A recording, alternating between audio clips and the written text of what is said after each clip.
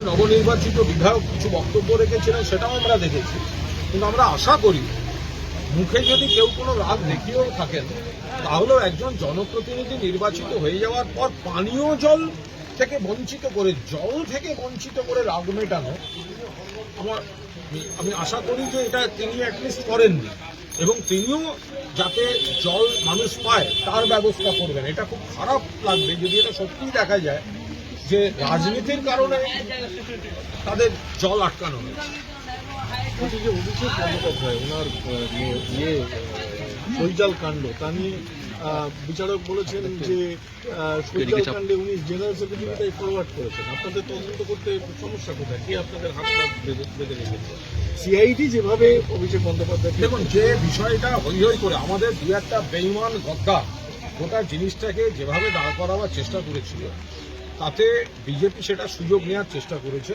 কিন্তু যা ঘটনা, যে সই একটা যখন হয়েছে, তারপরে সর্বভারতীয় সাধারণ সম্পাদককে যখন পরিষদীয় দল অনুরোধ করে যে এটি ফরওয়ার্ড করে দিতে হবে, বিধানসভায় পাঠাতে হবে, তিনি ফরওয়ার্ড করে দিয়েছেন। ফলে সই টু সই এটা তার ঘাড়ে চাপিয়ে যারা রাজনীতি করছিল, সেটা একদম ভিত্তিহীন অভিযোগ। কোর্টে অভিষেক বন্দ্যোপাধ্যায়ের তদন্ত চালিয়ে যান, কিন্তু অভিষেকের বিরুদ্ধে জালিয়াতির প্রশ্ন আসছে কিন্তু। আমরা তো বারবার বলছি দু একটা গদ্দার বেঈমান যারা তৃণমূলের প্রতীকে জিতে জীবনে প্রথমবার বিধায়ক হয়েই রক্তে যদি গদ্দারের সিমটম বেরিয়ে যায় তাহলে খুব মুশকিল। জীবনের প্রথম বৈঠক থেকেই শত্রুপক্ষের সঙ্গে যোগাযোগ রাখা যারা করতে গেছে, তো সেই সব লোকজন যা রিপোর্ট করেছে, এবার তার উপর দাঁড়িয়ে বিজেপি একটা ন্যারেটিভ পেয়েছিল। আমরা আবার বারবার বলছি যে বৈঠক এক জিনিস, সই এক জিনিস, কিন্তু সেই পরিষদীয় দল যখন অভিষেক বন্দ্যোপাধ্যায়কে সর্বভারতীয় সাধারণ সম্পাদককে অনুরোধ করেছে আপনি এটা ফরওয়ার্ড করে নিয়ম মতো স্পিকারের কাছে পাঠাতে, তিনি ফরওয়ার্ড করে পাঠিয়েছেন। এখন সেখানে তিনি তাঁর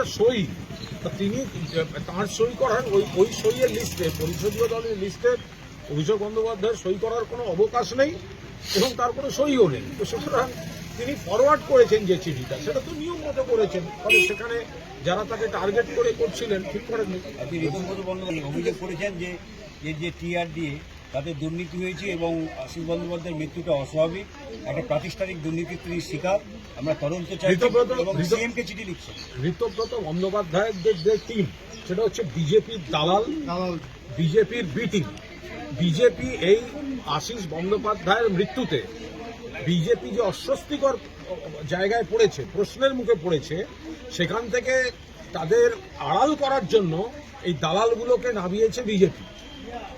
এবার আশিস বন্দ্যোপাধ্যায় তিনি তো কমাস আগেও তৃণমূলের টিকিটেই লড়েছেন। দলের প্রতি তার কোনো ক্ষোভ অভিযোগ থাকলে তিনি নিশ্চয়ই, তার মতো মানুষ, তিনি তৃণমূলের টিকিটে নিশ্চয়ই লড়তেন না, মমতা বন্দ্যোপাধ্যায়ের প্রার্থী হয়ে লড়তেন না।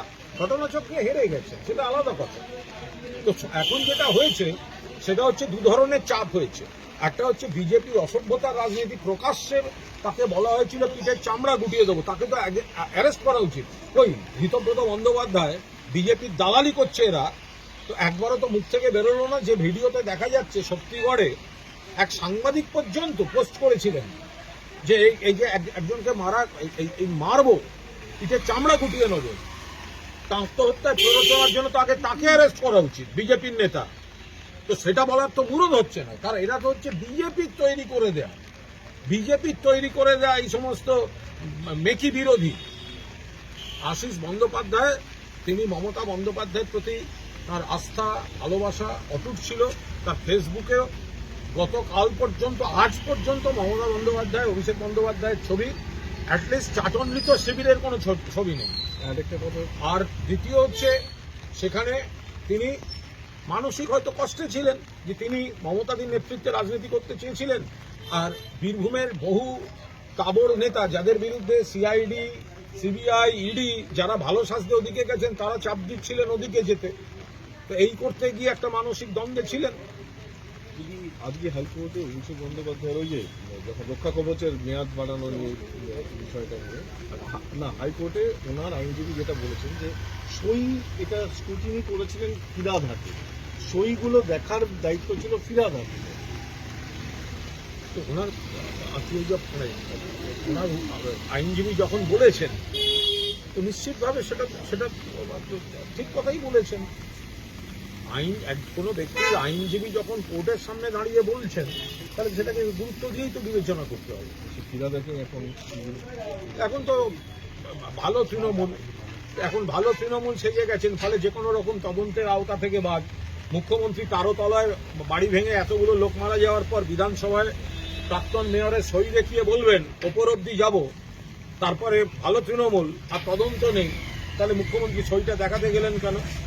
আসলে এই তদন্ত করব, সই দেখাবো, এগুলো হচ্ছে বিজেপির মিসড কল। যাদের যাদের ভয় দেখানোর এরকম একটা হুমকি দিয়ে দেয়, ফাইল খুলবো, তদন্ত করবো, যাতে তারা আবার এই ক্যাম্পে চলে আসে। কিন্তু পুরনিয়োগ দুর্নীতি মামলা এবার আধিকারিকদের জিজ্ঞাসাবাদ পর্ব শুরু হল। আজকে দক্ষিণ দমদম পুরসভার 5 আধিকারিককে আইনের বিষয়, প্রশাসনিক বিষয়, তদন্ত নিশ্চিতভাবে শুধুমাত্র তো রাজনীতিবিদদের দিকে বন্দুক তাক করাটা ঠিক নয়। সেখানে যদি কোনোভাবে এই সিস্টেমটার মধ্যে কোনোভাবে কোনো আমলার কোনো ভূমিকা থাকে সেটাও আসা উচিত। বলছি যে অ্যাকাউন্ট ফ্রিজ নিয়ে হাইকোর্টের দ্বারস্থ হয়েছেন অভিষেক বন্দ্যোপাধ্যায় এবং তার আইনজীবীর যেটা বক্তব্য যে কেন অ্যাকাউন্ট ফ্রিজ করা হয়েছে ব্যাংক থেকে সম্পূর্ণ আইনের ব্যাপার। এবং যদি প্রতিহিংসায়, যেমন আমাদের মুখপত্র জাগো বাংলার কর্মীরা তারা বেতন পাচ্ছেন না, তার কারণ জাগো বাংলার কর্মীদের এই যে আটকে রেখে দিয়েছে, এটা কোন ধরনের রাজনীতি হচ্ছে? যারা সাংবাদিকতা করেন, চিত্র সাংবাদিকতা করেন, গ্রাফিক্স করেন, ডিটিপি করেন, সাংবাদিক এবং অসাংবাদিক কর্মীরা একটি কাগজের বা একটি মিডিয়া হাউসে, তাদের বেতন আটকে রেখে এই বিজেপি দালাল টিম নানা অভিযোগ করে আর শাসক দল কি আনন্দ পাচ্ছে? রাজনৈতিক লড়াইটা রাজনীতি থেকে সরে গিয়ে দলীয় মুখপত্রের যারা কর্মী তাদের বেতন আটকে রাখছেন। এবার তো শুনলাম অভিষেক বন্দ্যোপাধ্যায়কে আবার তার উকিলরা তার বিষয়ে নিশ্চয়ই কোর্টে বলছেন রাজনীতিতে পারছে না, সেই জন্য এইসব নানা ধরনের বিস্তর নাটক। সুকান্ত মজুমদার এই আশিস বন্দ্যোপাধ্যায়ের এই যে মৃত্যুকে নিয়ে উনি বলছেন যে উনি সজ্জন ব্যক্তি, ওনার ভাইপো হচ্ছে, এখানে সবার ভাইপোরাই হচ্ছে। সুকান্ত মজুমদার তিনি প্রথম বলুন তাঁর যে ভাষণ, যে একজন সাংসদকে তিনি বলেছিলেন গরুচো, স্মাগলার, প্রকাশ্যিক বড়াই, এই আমরা বলিনি তো, সুকান্ত মজুমদার বলেছিলেন। আজকে তার সঙ্গে তো প্রধানমন্ত্রী, স্বরাষ্ট্রমন্ত্রী তারা ছবি তুলছেন, তারা তো নাকি ভালো তৃণমূল, তাদের তো নাকি বিজেপিতে নেওয়ার কথা চলছে। তো সুকান্ত মজুমদার এমন কিছু বলবেন না, দুদিন বাদে দেখবেন আপনাদেরই তাদেরই আবার বরণ করে নিচ্ছে, ফুল দিয়ে চন্দন দিয়ে বরণ করে নেবেন। বলতে যান কেন? প্রকাশ্যিক বড়াই তো খারাপ খারাপ কথা বলতে গেছেন কেন? আজকে তো মানে আপনার দলের নেতারা প্রকাশ্যিক বড়াইকে চা খাইয়ে ছবি দিচ্ছে। এখন বিজেপি নেতারা তারা আশিসবাবুকে সজ্জন বলছেন, কিন্তু এর আগে তাকে নানাভাবে বিজেপি নেতারা অপমানিত করছেন। মৃত্যুর জন্য, আশিস বন্দ্যোপাধ্যায়ের মৃত্যুর জন্য যে বিজেপি বড়সড়ভাবে দায়ী, সেটা তাঁর সুইসাইড নোট, তাঁর স্ত্রীর বক্তব্য এবং ভিডিও, যে বিজেপির একটা গুন্ডা তাকে বলছে মেরের পিঠের চামড়া গুলিয়ে দিতাম, এর থেকেই স্পষ্ট। এখন বিজেপির দিকেই যে আঙুলটা উঠবে, যে সারা বাংলায় তারা যে থ্রেড কালচার চালাচ্ছে তারই শিকার আশিস বন্দ্যোপাধ্যায়, তার থেকে নজর ঘোরাবার জন্যই এই হিজ মাস্টার্স ভয়েস দালাল চাটনগুলোকে রাস্তায় নামিয়েছে বিজেপি, যাতে বিজেপির দিকে যে প্রশ্নগুলো উঠছে সেগুলো থেকে এই বি টিমের দালালগুলো নজর ঘুরিয়ে দেওয়ার জন্য নেমেছে। চাটনৃতর ক্ষমতা হলো না বলার, যে বিজেপির যে গুন্ডাটা সামনে দাঁড়িয়ে বলেছিল। আর ভালো তৃণমূলে চাটনৃত যাকে পাশে নিয়ে সাংবাদিকদের বাইট দিচ্ছে, সেই নেতাও তো প্রকাশ্য মিটিংয়ে আশিস বন্দ্যোপাধ্যায়কে একাধিকবার অত্যন্ত আপত্তিকরভাবে অপমান করেছেন। তো চাটনৃত আর বিজেপির এই দালাল বাহিনীর সেগুলো বলার অনুরোধ হচ্ছে না তো, তাকে তো পাশে নিয়ে সাংবাদিক বৈঠক করছে, লজ্জা করছে না চাটনের? 4 মাসের একটা সরকার, তাতে খোদ শ্রমিক ভট্টাচার্য বিজেপির সভাপতি, তিনি কালকে সাংগঠনিক বৈঠকে বলেছেন যে 20-25 জন বিধায়ককে হুঁশিয়ারি দিয়েছেন যে তাদের হচ্ছে বিধায়ক থেকে বের করে দেওয়া হবে। আচার-আচরণ এমন জায়গায় পৌঁছেছে, কথা বলছেন।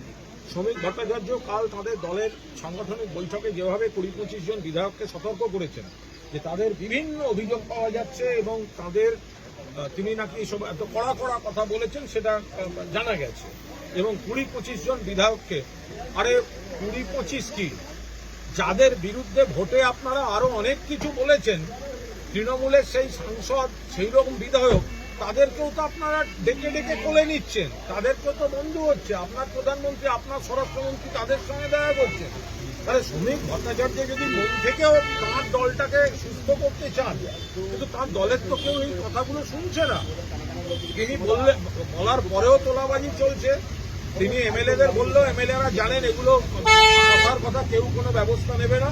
আর দুই, তৃণমূলের যাদের বিরুদ্ধে যা যা অভিযোগ ছিল সেগুলোকে ভুলে গিয়ে এখন বিজেপি তাদের বকলমে কোলে বসিয়ে বন্ধুত্ব করছে ভালো তৃণমূল বলে, সেখানেও তো অভিযুক্তরা।